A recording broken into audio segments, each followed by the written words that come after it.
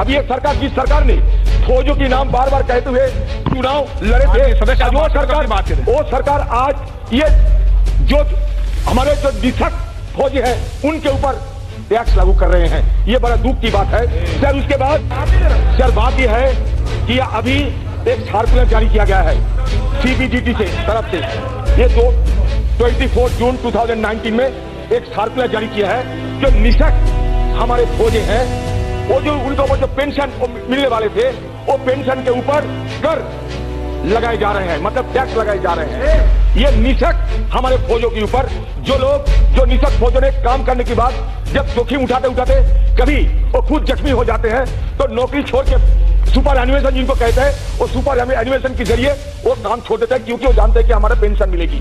अब ये सरकार, जिस सरकार ने फौजों की नाम बार बार कहते हुए चुनाव लड़े थे, वो सरकार आज ये जो हमारे जो निशक फौजी हैं उनके ऊपर टैक्स लागू कर रहे हैं। ये बड़ा दुख की बात है सर। उसके बाद ये सरकार कहते थे कि 1 रैंक 1 पेंशन अभी देखा जा रहा है 1 रैंक 5 पेंशन। फौजियों और कर्मचारियों की पेंशन न बढ़ाने पर आग बबूला हुआ ये विपक्षी दबंग नेता। जी हां दोस्तों, इन्होंने कहा जब मोदी सरकार ने 1 रैंक 1 पेंशन रिवीजन करना है तो फिर इतनी लेट लतीफी क्यों बरत रही। आखिरकार क्या है सरकार के मन में। जब सुप्रीम कोर्ट ने अपना फैसला सुना दिया तो उसके बाद क्या रहता है जो मोदी सरकार इतनी लेट लतीफी कर रही है पेंशन रिवीजन में। दोस्तों, संसद में मोदी सरकार को बुरी तरह से लताड़ा गया है पेंशन रिवीजन को लेकर। फौजियों के नाम पर तो मोदी सरकार ने राजनीति कर ली, लेकिन जब उन्हीं की पेंशन देने, उनकी बढ़ोतरी करने की बात आई तो उस समय में मोदी सरकार फौजियों को भूल गई। तो दोस्तों, ये वीडियो हम पूरी दिखाएंगे किस प्रकार से मोदी सरकार की खाल उधेड़ी गई है। इस भाषण को पूरा सुनिएगा दोस्तों, पूरी की पूरी वीडियो अंत तक जरूर देखिए और अपनी राय हमें कमेंट बॉक्स में जरूर बताना। पूरी वीडियो क्लिप आप देख सकते हैं दोस्तों। सर,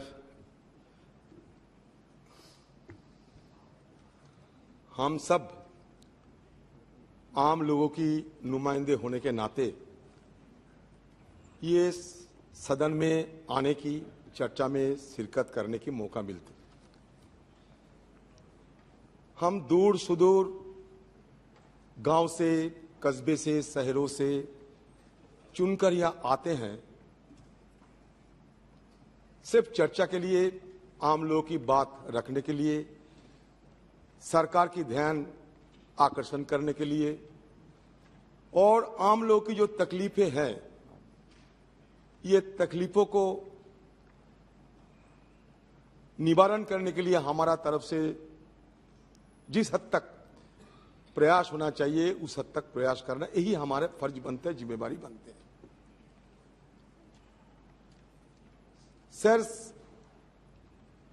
मैं सिर्फ एक विषय अपने सामने रखना चाहते हैं कि जिस दिन ये सदन इस सेशन में शुरू के दिन में आपने एक ऑल पार्टी मीटिंग बुलाई थी, उस ऑल पार्टी मीटिंग में आपने खुद ये स्वीकारा कि हमारे ये सदन की उत्पादकता, मतलब प्रोडक्टिविटी 105% हो चुके हैं।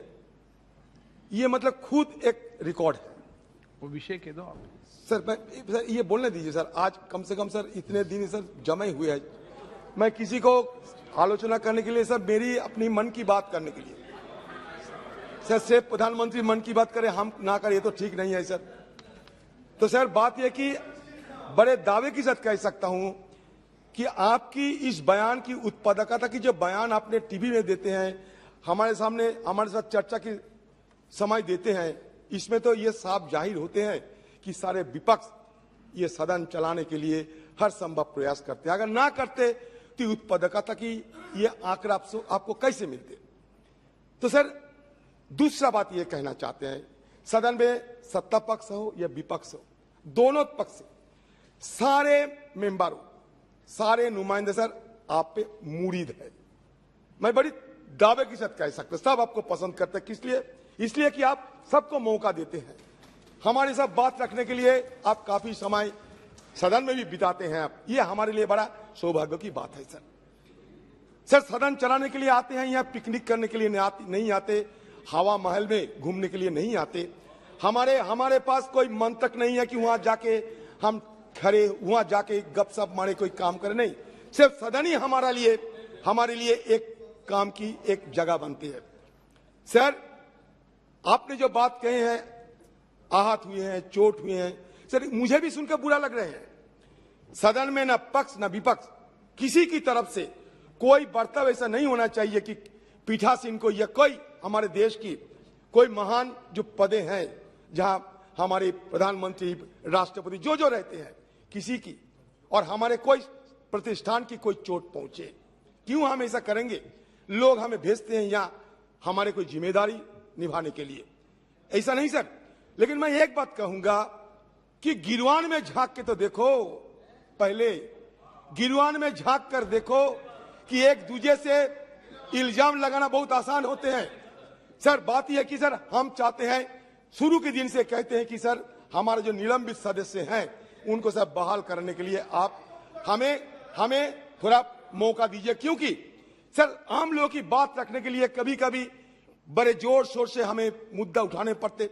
सरकार की रवैया के चलते कभी कभी हमें प्रदर्शन भी करना जरूरी होता है। इसलिए मैं चाहता हूं ये सारे समाधान निकालने के लिए एक जनरल पर्पस मीटिंग बुलाया जाए, एक रूल्स कमेटी बुलाया जाए और सारे विपक्ष दल, सत्तापक्ष सब मिलकर उसमें सर चर्चा करके आम सहमति बन के कुछ उपाय निकाला जाए। सर आपको दुख देने के लिए हम कोई भी मेंबर यहाँ नहीं आते, और हमारी पक्ष की जो मेंबर है ये आपको दुख देने के लिए, इनका जरा सा भी मनसा, जरा सा भी नापाक इरादे कभी नहीं रहते। ये मैं बड़े दावे की साथ कह सकता हूं। अगर आपको चोट पहुंची हो, मैं जरूर इस विषय को लेकर हमारे सारे मेंबरों से बात करके अगले दिन आपको चोट ना पहुंचे, इस विषय में मैं काफी सर इसमें मैं ध्यान दूंगा सर। ये आप हम सब पे भरोसा रख सकते हैं। लेकिन सदन के अंदर महामहिम के नाम पुकार के, महामहिम राष्ट्रपति जी को नाम पुकार के अगर कोई मिनिस्टर उनको अपमान करे, ये भी सही नहीं है। ये भी मैं बोलना चाहते हैं। सर हमारे निलंबित सदस्यों को बहाल कीजिए सर, हमारे निलंबित सदस्यों को बहाल कीजिए सर। आपसे यही मैं गुहार लगाता हूँ, यही मेरा गुजारिश है। क्या दूसरी बात सर, आप पहले होम मिनिस्टर जिस पर नोटिस दिया सेंट्रल फोर्स जो है, सेंट्रल फोर्स को सर जब उनका देहांत होते हैं, मौत होते हैं, तो उनको शहीद की मर्यादा दिया जाए। ये 3-4 मुद्दा है, बड़ा मुद्दा नहीं है कि फौजों के साथ अन्याय नहीं होना चाहिए। नोटिस दिया सेंट्रल फोर्स को आप शहीदों की मर्यादा दिए, और सर 1 पेंशन 1 रैंक के बदले 1 पेंशन 5 नोटिस दिया उसमें बोले, ये 2-4 ज्यादा सर, ये नोटिस दिया है, इतना मेहनत करने पड़े।